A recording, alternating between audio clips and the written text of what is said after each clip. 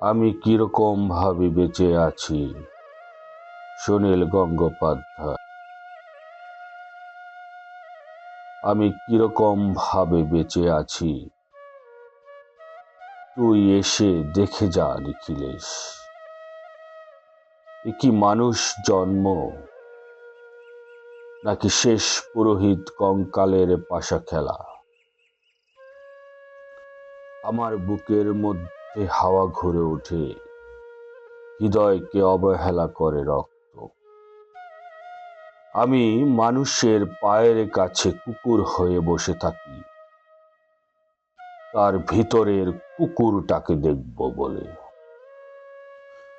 আমি আক্রোশে হেসে উঠি না, আমি ছাড় পোকার পাশে ছাড় পোকা হয়ে হাঁটি।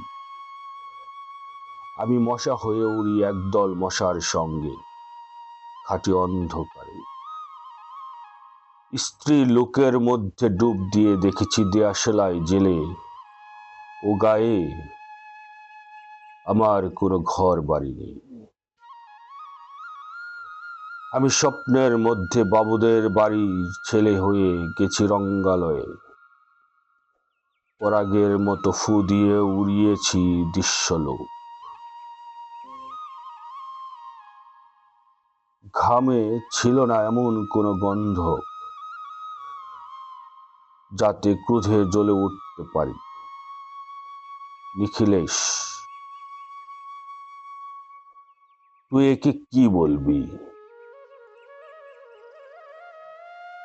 আমি শোবার ঘরে নিজের দুই হাত প্যারেকে বিদ্ধ করে দেখতে চেয়েছিলাম যিশুর কষ্ট খুব বেশি ছিল কিনা।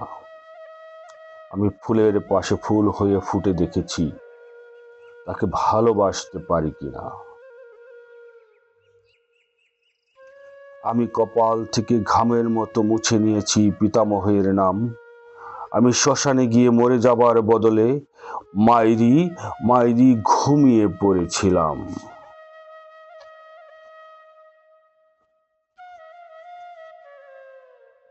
নিখিলেশ, আমি এরকম ভাবে বেঁচে আছি, তোর সঙ্গে জীবন বদল করে কোনো লাভ হলো না আমার। একই নদীর তরঙ্গে ছোটবেলার মতো ডুব সাঁতার, অথবা চশমা বদলের মতো কয়েক মিনিট আলোড়ন, অথবা গভীর রাতে সঙ্গমনিরত দম্পতির পাশে শুয়ে পুনরায় জন্ম ভিক্ষা। কেননা সময় নেই আমার।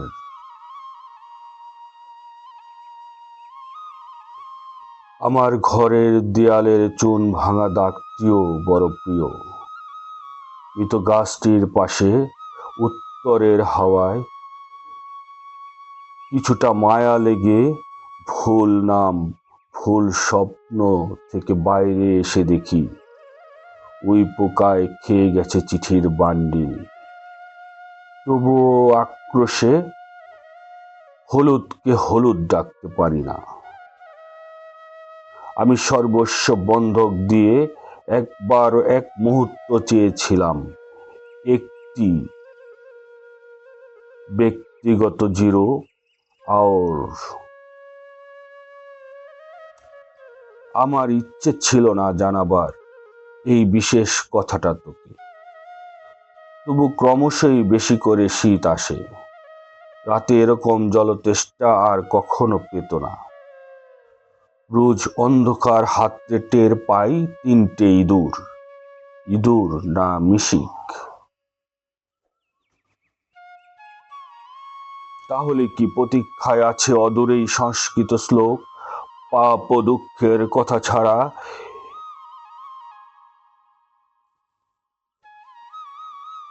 নিজের দুহাত যখন নিজের ইচ্ছে মতো কাজ করে, তখন মনে হয় ওরা সত্যিকারের। আজকাল আমার নিজের চোখ দুটো মনে হয় এক পলক সত্যি চোখ।